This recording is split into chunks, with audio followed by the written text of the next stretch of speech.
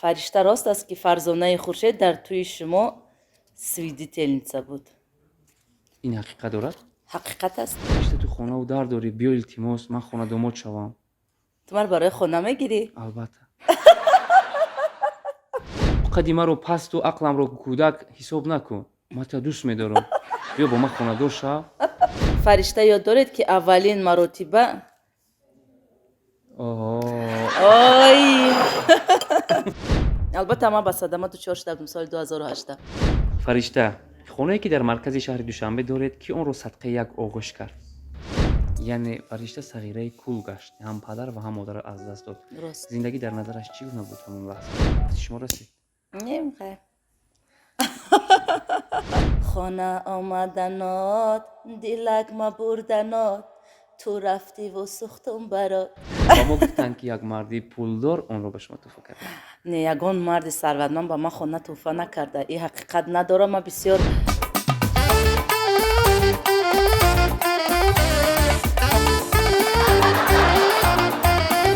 شرکت صوف سودا داروهای را پیشنهاد میکنند که برای زیاد کردن ریش و برآوردن موی سر و همچنین برای بیماری پسریازو و با قوت کردن قوه مردانگی بیماری پوست داروها با نمود کپسولا الهدایا و روغن سیاه‌دانه که به صدها در دوا هستند پیشنهاد می‌نمایند. داروهای بتسیا، پروتئین و گنرهای صوف سودا به درد شما حتما دوا می‌بخشند. دستافکا به همه شهرهای روسیه از 3 ساعت تا 5 ساعت از نام کانال مهراب پرو سلام فرستید، زکات کنید و تخفیف الهاگی را به دست آورید. تلفن ها برای تماس در روی اکران. سلام بیننده عزیز، سلام پادپیسچیکانی همیشه فعال کانال مهراب پرو. اینک برنامه روبرو در روبروی شما هستم. من رستم عظیمی. مهمان نوبتی برنامه ما یک خانم بسیار هم زیبا، دوست داشتنی ولی چند مدت است که کم پیداست. با جستجوهای زیاد، با کوشش‌های زیاد ما این نفر رو پیدا نمودیم و بیایید چند سر و اسرار زندگی این خانم زیبا رو براتون میکشویم و براتون شناس میکنیم. فرشته فریدون مهمانی برنامه روبرو هستند. خوش آمدید. سلامت باشین دادر عزیزم. فرشته بانو، برای چی کم پیدا هستید؟ چرا شما رو دیر میبینیم و عموما چی سبب شد که شما ای صحنه و از صنعت و از شعر و سرود یک بار دست کشیدید؟ اول سلام علیکم میگم به همه بینندگانی برنامه ما و شما. کم پیدا نیستم، در نظر شما تافتم. شاید پرابلم داشتید چند مدت؟ نه دادر جان، یگان مشکلی نبود و کمتر وقتم کم بود. همین چیزها نتوانستن که شما رو در صحنه همیشه نشان دهند. همین خیر. شاید. و وعده میدید که دیگر خیلی کم پیدا نمیشوید و همیشه مد نظری مردم میمونید. خدا خواهد نصیب باشد. تشکر. بیاید من شرطی برنامه رو به شما میفهمونم. این لیفافایی که شما میبینید کانورت ها، یعنی حیران نشوید. در اینجا سوالهای کاغذ پیچ از زندگی، از سند و از کار و زندگی شماست. و اگر شما میخواهید که به این سوالهای ما نظر کنید، دقت کنید، خواهید پاسخ بدید. اگر نمیخواهید، پس طریق آن همین زجیگالکی که میبینید یک آتش میزنید که عجیب رحمت. اگر سوال در حقیقت به عزت نفس شما میرسد، شما حق دارید که اون رو آتش زنید. راضی باشید اگر برنامه رو شروع میکنید. مرحمت. یک لیفاف رو شما انتخاب میکنید، دیومش رو من مرحمت میگیریم میخونید.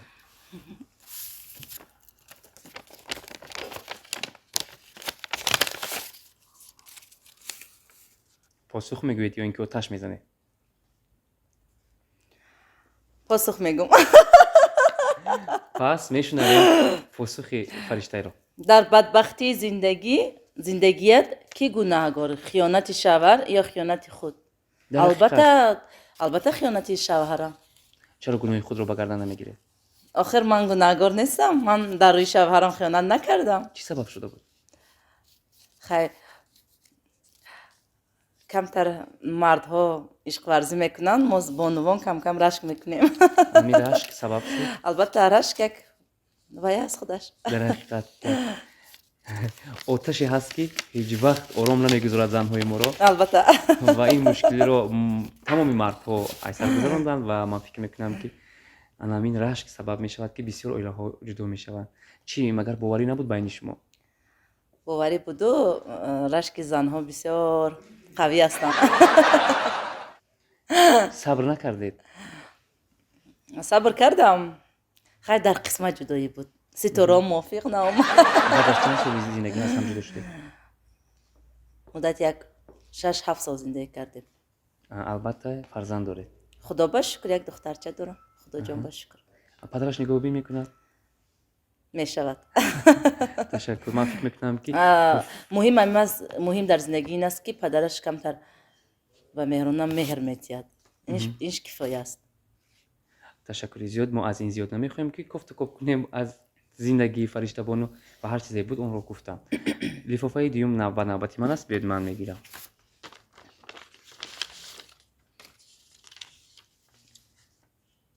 اوه دلم از تو سرد شد. دلت از کی سرد شد؟ و این در حقیقت از حیاتی خودت سرایده شده است. این یکی از سرودهای من است. بله راست است. البته.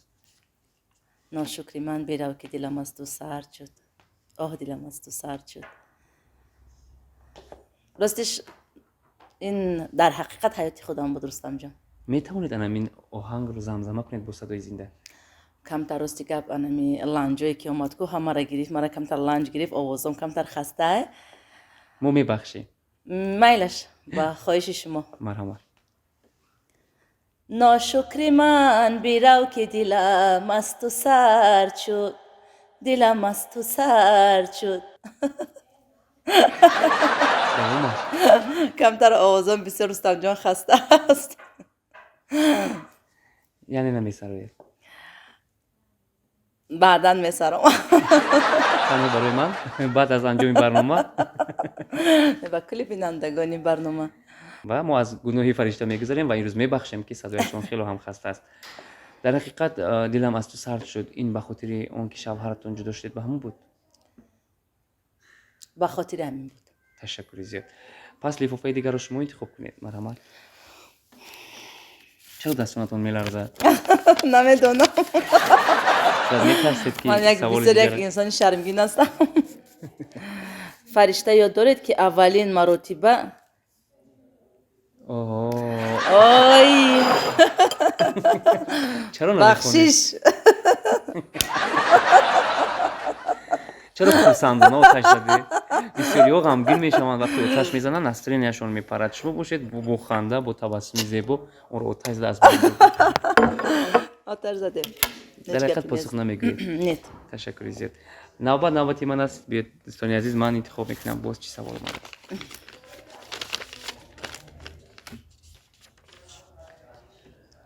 فرشته، خونه‌ای که در مرکز شهر دوشنبه دارید که اون رو صدقه یک آغوش کرد. فقط راستش رو گویید. خیلی کس کرد. کی کرد؟ اون کیست؟ اون شخص خوشبخت کیست که برای فرشته برای یک نگاه و یک آغوش و یک تبسم و یک بوسو یک لحظه‌ای که با او باشد این خانه بسیار هم خوشا و زیبا تحفه کرد. با فرشته کسی تحفه نکرد. خانه فرشته خودش محنت کرده خانه خرید. باور نکردنی است. با ما گفتن که یک مردی پولدار اون رو به شما تحفه کرد. نه یگان مرد ثروتمند با من خانه تحفه نکرده. این حقیقت نداره. من بسیار خودم محنت کردم کوشش کردم. به صاحب خانه شده. نه همه خیلی شد. تشکر زیاد. و بیاید لفافه دیگر شما میگیرید. مرحمت. مایلش با اجازت شما.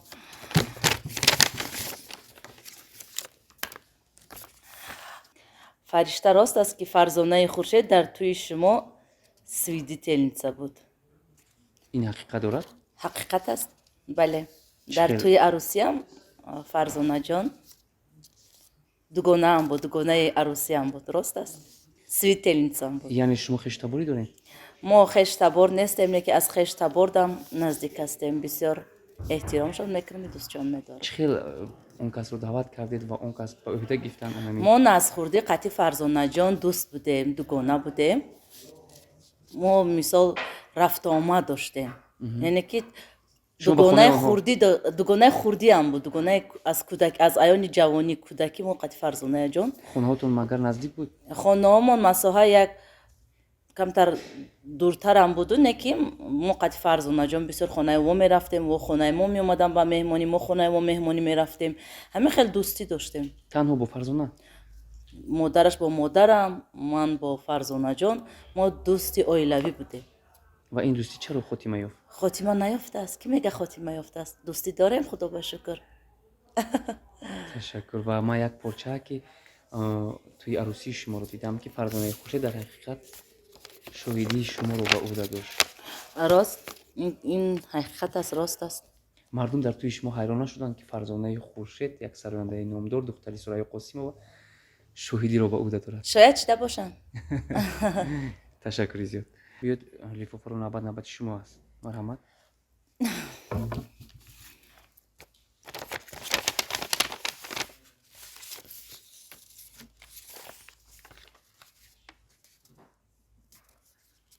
фақат нагӯед ки мисли инаш оташ мезанем.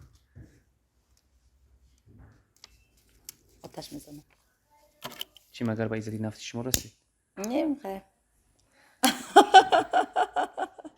тамошобини азиз, мо касеро маҷбур намесозем ки ба ҳар як саволи шумо навиштаем посух гӯяд ва ин шарти барномаи мо аст ва фаришта ҳақ доранд ки онро оташ зананд. ин сир танҳо байни шумо монд ва анамон чизе ки буд дар он ҷо рафт. ташаккур. ва ниҳоят интихоби дигар лифофа аз ҷониби ман мешавад. тамошобинон якҷоя мебинем. фаришта ҳақро гӯед. он марде ки тамоми шароитро баҳратон муҳайё карда бо шумо издивоҷ кардааст кист? гӯям як марди хориҷист? نه خارجی نیست. کی میگه خارجی؟ фариштабоно мо мебинем бисёр дар саҳна рақсҳои ҷолиб, рақсҳои тамошобоб доред ва метавонед баҳри тамошобини мо зери як оҳанг бирақсед то ҳамагӣ шод шавем. این حال бале. مایلش. ман аз коргардон хоҳиш мекунам ки анамон ҳавои мусиқиро баланд гузоранд ва фариштабоно рақс мекунанд. واسه بینندگانی عزیز اینجا یک سوالی اومد که بسیار یک علم آور است. خیلی میخوانم تا جایی میدونیم شما مادر و بعداً پدر رو از دست دادید. مرگ عزیزانتون رو چگونه تحمل کردید؟ یکم راستی من پدرم رو از دست دادم که خرد بودم، بعد مادرم رو از دست دادم.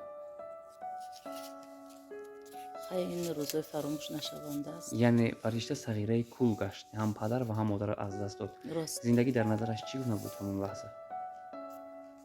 برام زندگی هیچ معنی نداشت به پدر و مادر، تا حاضر معنی نداره. ҳар гоҳ ба хонаи онҳо медароед, ҷустуҷӯ мекунед, мекобед. البته чӣ гуна хумори анам падару модарро мешиканед? خمور هیچ کس شکسته نمیتوند. فقط خودت میدانی و خودت. یا هیچ охирон کس. маротиба кай ба хонаи падар рафтед? هر عیدی که رمضان شود، عید قربان شود، البته ما شهر کلوب میرم، حولیمون میرم. حولیمون در خانه همسایه میرم. عید میکنم، عید کلوبیگی میکنم. عید میرم. яъне ҳамун ёди падару модар ҳамеша дар дили шумо ҳаст. البته зиндагӣ هیچ گاه. зиндон аст вақте модар нест. آدمی دولتدار مادر و پدر دارد، آدمی بی دولت بی پدر و بی مادر است. барои ин бисёру ҳақ додаед? البته همه وقت. ташаккури зиёд. ҷои падару модарро фикр мекунам касе гирифта наметавонад راست. ва ҳар кас ҷои худро дорад. ба шумо сабр мехоҳем ки дар ин ҷавониятон аллакай ҳам падар ва ҳам модар нестанд дар паҳлӯи шумо. онҳо سلام розӣ بشه. буданд аз санати шумо? чӣ мегуфтанд? راستی که مرا پدرم در صحنه ندید. خیلی با مادرم من گفتم که وای من خورده میرفتم دمی اندلیبا و در بوستانو باید میخوندم، سرودخوانی میکردم و مرا مادرم میگفت که خیلی نخونو خیر ای بای تو فیزا نمیشی. مثلا رنگ این اپای کلانیم دکتر است، دکتر است. رنگ اپا دکتر شه با یک اپای دیگم مثلا در چی بگیم ایرپورت کор мекунанд. هواپیما کار میکنه. خواهرچم خدا را شکر که بیبی است، قاری است، قرآن میخواند خواهر عزیزم. بعد میگفتن که خیرنگ همیشه یک کسب دیگه انتخاب کنم، دکتر شو، مثلا رفته یک بانک دا کار کن، یک کاری دیگر آخر کن، فقط همه باید سرایندگی کنی. و میگفتم که نه من باید سراینده شوم. بعد میگفتن در شب خواب نه هیچ که روزی نبود. خیلی بعد شوهر کردم. شوهرم بسیار مرد خوب بود، بچه با احترام بود. میگفت که تو چی هوس آرزویی داری؟ من به هوس آرزوات میرسونم. تا بسیار دستگیری میکرد در جدای صنعت. یعنی شما با اجازت شوهر صنعت من با اجازت شوهرم حافظه شدگی. تشکر زیاد. و نوبت من است و به تماشاچیان عزیز میبینیم در اینجا بود چی اومده است. سرودی گناهگار، یعنی با سفر رفتنتون رو بی‌سرایت تا خاطری تماشاچیان ما شاد شود. بلند زمزمه کنیم پس خوبتر است. به سفر رفتنات مرا یاد کردنات بیا که سوختم ای غمات خانه آمدنات دلک ما بردنات تو رفتی و سوختم برات. یکی از همه سرودای نظمیده خودم است که در دوره‌های جوانی خواندم. و این سرود توانست شما را شناخته گرداند. آیه در دل جوانو چقدر فهمونمی در دل مردم جا گرفته، بسیار جوانو ده مشهور شده این سرود. تشکر زیاد. فرشتگان از شما در بین برنامه یک شرط میگذاریم و خواهش میکنیم که اون را اجرا کنید. یک جوانی از شما خورد و شما عاشق میشود. چون این شرط برنامه ما است و باید شما از او دست برآیید. و جوان بسیار اومده از شما زاری تولد میکند که با او خانه‌دار شوید. ولی شما اون جوان رو بسیار اذیت میدید، غم میدید و بالاخره راضی نمیشوید. میخوام همون لحظه رو بعد تماشا ببینیم و نشون دهید. فرشته جان، تو قدیمه رو پست و عقلم رو کودک حساب نکن. من تو دوست میدارم. بیا با من خانه‌دار شو. من یک فرزندم در خانه اوچه مرا خوب ناخوب گوش میکند و تو میدهد. بیا. آخر فرشته تو را دوست نمیداره. و من چه خیلی میگیرش؟ پس تیپینا در ادامه زندگی من مرا دوست میداری. من باوری دارم. نه این خیلی نمیشود. من برای تو آسمان ستاره میارم. بیا مرا گیر. من خودم ستاره شدگیم بسه. فرشته تو خانه و در داری. بیا التماس من خانه داماد شوم. تو من برای خانه میگیری؟ البته.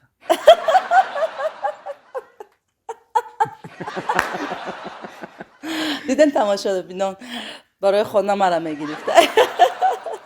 اگر من خانه نداشته باشم نمیگیری من. چی در کاری؟ سلامت باشین. یک پارچه از حجوی برنامه بود. بله تشکر زیاد که این چیز رو تماشا بینیم. خوب بدونن که یک صحنه سازی ما بود و احسن میگیم با فرشتگان. و تماشا بینین عزیز ببینم 3 لفافه دیگر مونده است. 3 تا دیگر مونده است و نوبت شما است. ببینیم باز چی سوال‌های کاغذ در اینجا هستند.